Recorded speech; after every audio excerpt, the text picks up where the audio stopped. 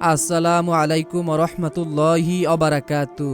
দিনে ইসলাম নলেজ চ্যানেলে আপনাদের স্বাগতম।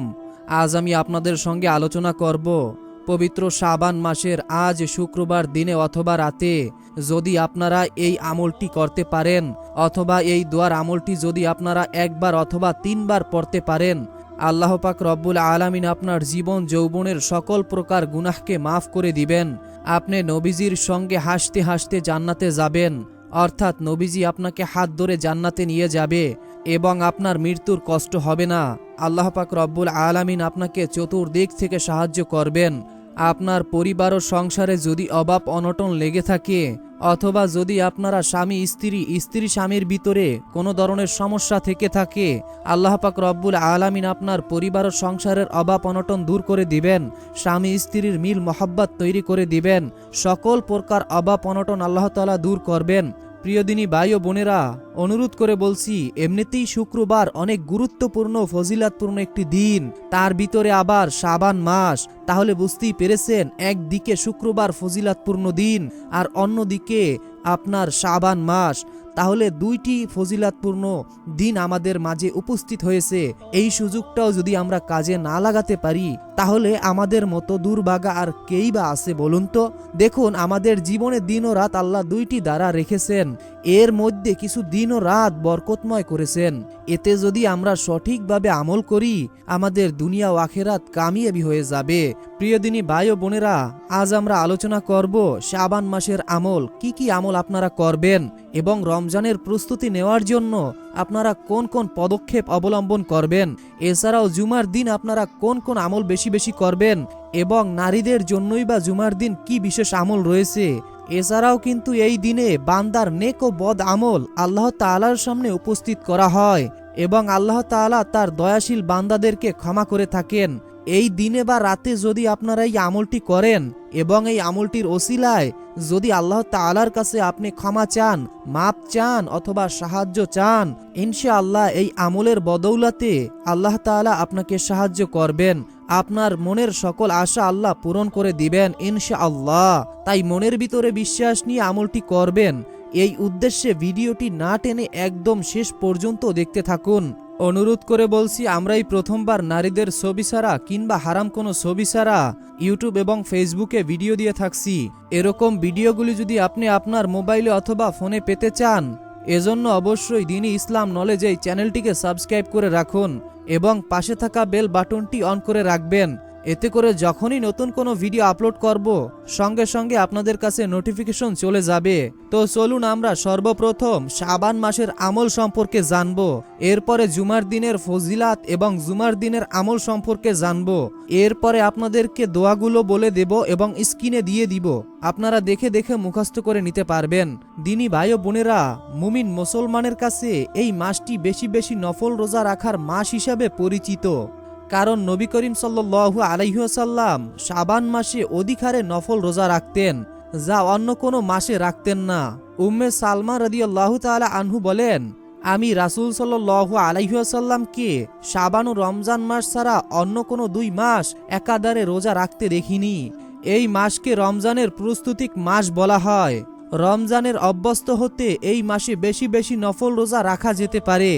উম্মুল মুমিনিন হযরত আয়েশা রাদিয়াল্লাহু তাআলা আনহু তিনি বলেন, নবী সাল্লাল্লাহু আলাইহি ওয়াসাল্লাম শাবান মাসের চেয়ে বেশি রোজা কোনো মাসে রাখতেন না। তিনি পুরো শাবান মাসই রোজা রাখতেন এবং বলতেন, তোমাদের মধ্যে যতটুকু সামর্থ্য আছে ততটুকু নফল আমল করো, কারণ তোমরা আমল করতে করতে পরিশ্রান্ত হয়ে না যাওয়া পর্যন্ত আল্লাহ তাআলা সওয়াব দান করা বন্ধ করবেন না।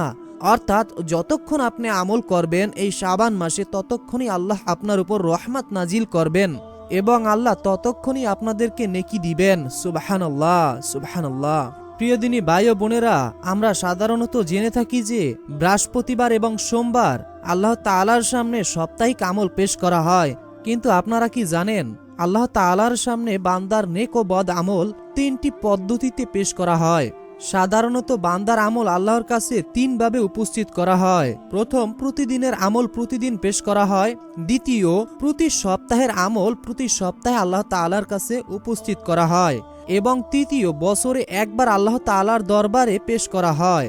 অর্থাৎ পুরো এক বছর আপনি কি আমল করেছেন, কি বদ আমল করেছেন, কি গুনাহের কাজ করেছেন, কোথায় কোথায় আপনি অপরাধ করেছেন, কোথায় কোথায় আপনি পাপ করেছেন, সমস্ত আমল আল্লাহ তাআলার সামনে বছরে একবার উপস্থিত করা হয়। দৈনিক প্রতিদিন ফজর ও আসরের নামাজের সময় আল্লাহর কাছে বান্দার আমল পেশ করা হয়। ওই সময় ফেরেশতাদের দায়িত্ব পরিবর্তন হয়। অর্থাৎ দিনী ভাই ও বোনেরা, ফজর ও আসরের নামাজের সময় আল্লাহর কাছে আপনার আমার আমল পেশ করা হয়, কেননা সেই সময় দায়িত্বশীল ফেরেশতারা পরিবর্তন হয়। সাপ্তাহিক বলতে প্রতি বৃহস্পতিবার আল্লাহ তাআলার কাছে বান্দার আমল পেশ করা হয়। আবু হুরায়রা রাদিয়াল্লাহু তাআলা আনহু বলেন, আমি প্রিয় নবী সাল্লাল্লাহু আলাইহি ওয়াসাল্লামকে বলতে শুনেছি, প্রতি বৃহস্পতিবার জুমার রাতে বনি আদমের আমল আল্লাহ তাআলার কাছে পেশ করা হয়, কিন্তু আত্মীয়তার সম্পর্ক ছিন্ন করেছে এমন ব্যক্তির আমল কবুল করা হয় না। দিনী ভাই ও বোনেরা, আত্মীয়তার সম্পর্ক ছিন্নকারীর দোয়া এই রাতেও আল্লাহ তাআলা কবুল করেন না।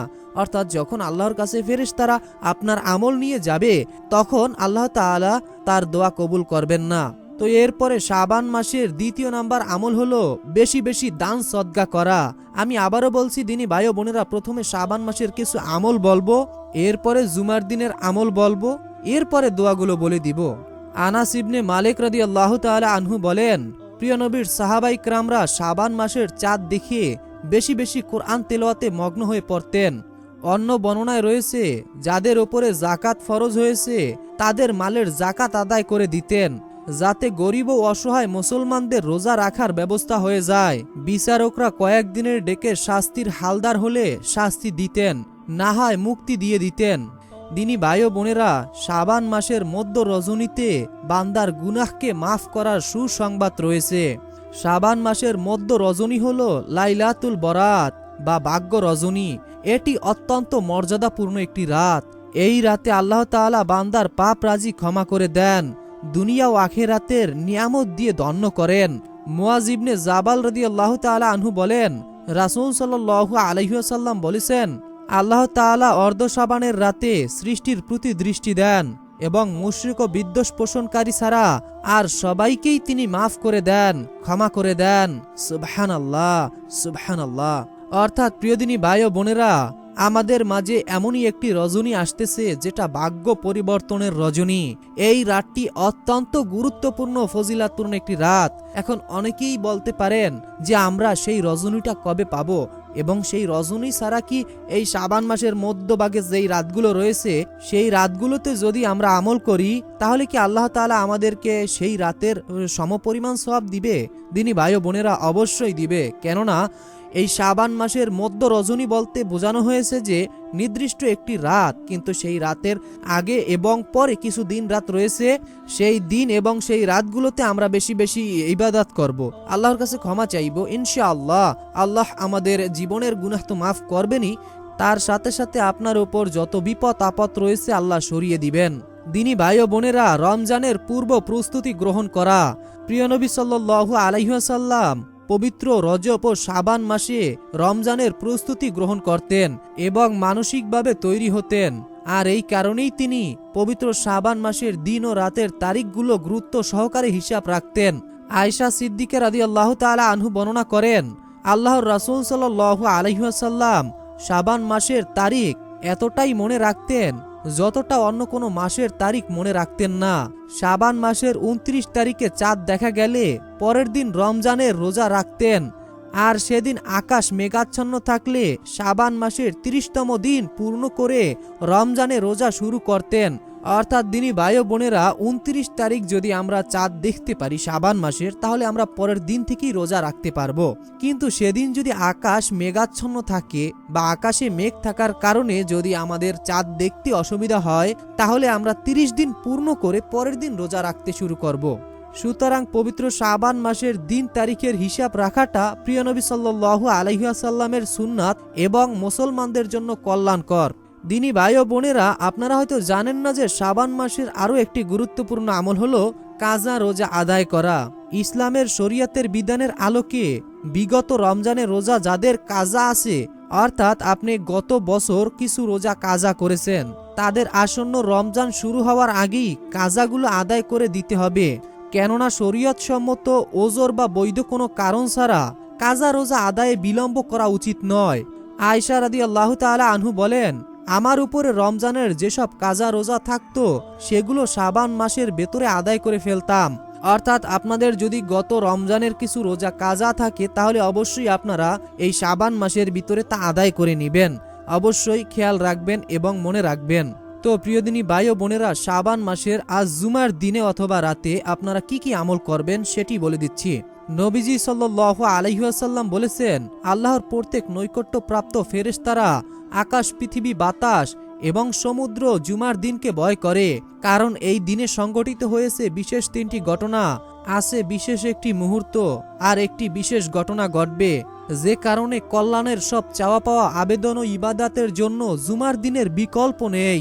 নবীজির বর্ণনায় জুমার দিন যে ঘটনা ঘটেছে আর যা ঘটবে এবং যে বিশেষ মুহূর্ত আছে, এজন্যই জুমার দিন ইবাদত বন্দিগি করা জরুরি। জুমার দিনের এই বিশেষ গুরুত্ব মহত্ব সুস্পষ্টভাবে তুলে ধরেছেন স্বয়ং বিশ্ব নবী সাল্লাল্লাহু আলাইহি ওয়াসাল্লাম। রাসূল সাল্লাল্লাহু আলাইহি ওয়াসাল্লাম বলেছেন, জুমার দিন সকল দিনের সর্দার আর আল্লাহর কাছে সব দিনের চেয়ে মহান দিন। এমনকি এই দিন আল্লাহ তাআলার কাছে ঈদুল আজহা ও ঈদুল ফিতর থেকেও শ্রেষ্ঠ দিন।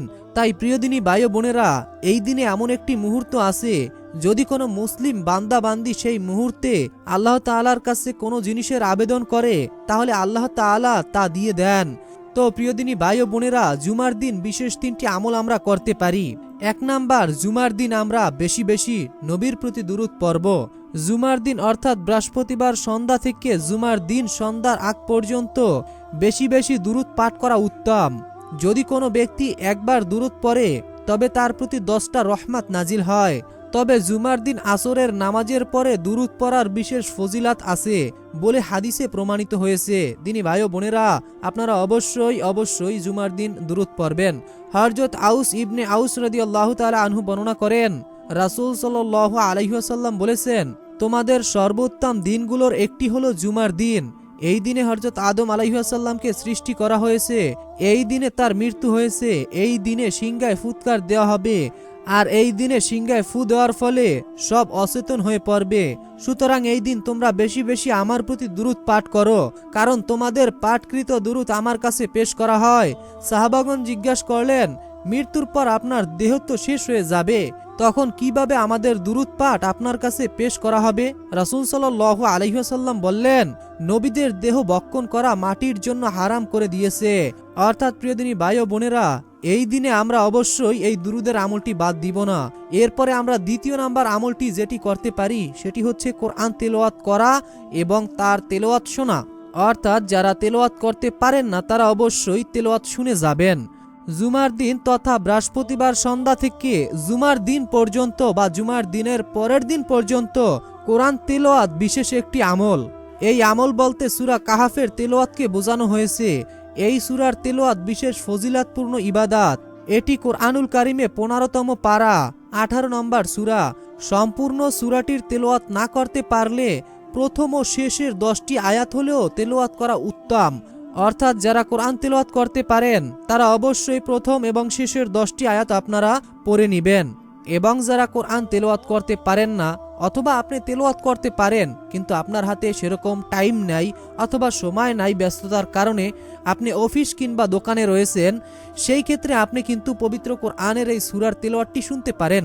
এখন আমি আপনাদেরকে সেই তেলাওয়াতটি শোনাবো। যে ব্যক্তি জুমার দিন সূরা কাহাফ পাঠ করবে অথবা তার তেলাওয়াত শুনবে, এক জুমা থেকে পরবর্তী জুমা পর্যন্ত নূরে জলজল করবে। দ্বিতীয় নম্বর ফজিলাত, যে ব্যক্তি জুমার দিন সূরা কাহাফের তেলাওয়াত করবে অথবা শুনবে 8 দিন পর্যন্ত সকল ধরনের ফিতনা থেকে সে মুক্তি থাকবে। যদিও দাজ্জাল বের হয়ে গেলে সে আল্লাহ তাআলা দাজ্জালের ফিতনা থেকে তাকে হেফাজত করবেন।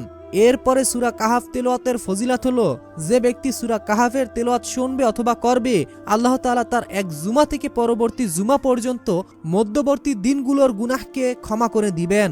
সুবহানাল্লাহ, সুবহানাল্লাহ। তো প্রিয়দিনী ভাই ও বোনেরা, একদিকে শাবান মাস, অন্যদিকে শুক্রবার, আর অন্যদিকে শুক্রবার ফজিলাতপূর্ণ একটি সূরা হচ্ছে সূরা কাহাফের তেলাওয়াত শোনা। তো সূরা কাহাফের তেলাওয়াত এখন আমরা শুনবো, এরপরে আমরা দোয়া এবং আমল এগুলো সব কিছু আপনাদেরকে বলে দিব এবং স্ক্রিনে দিয়ে দিব। তবে তার আগে এই সূরাটি আমরা শুনবো।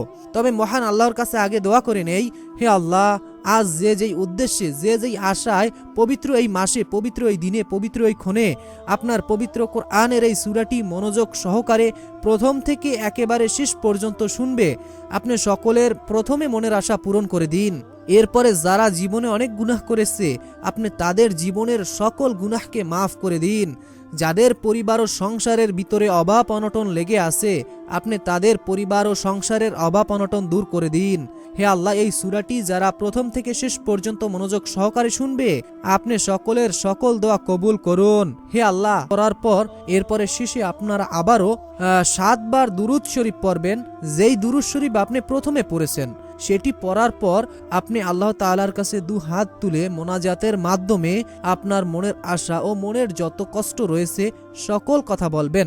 ইনশাআল্লাহ এই দোয়ার ওসিলায় শাবান মাসের ওসিলায় আল্লাহ আপনার মনের আশা পূরণ করবেন, জীবনের সকল গুনাহকে মাফ করে দিবেন। আল্লাহ তাআলা আমাদের সকলকে নেক আমল করার তৌফিক দান করুন, গুনাহ থেকে রক্ষা করুন এবং 5 ওয়াক্ত নামাজ আদায় করার তৌফিক দান করুন। আসসালামু আলাইকুম ওয়া রাহমাতুল্লাহ।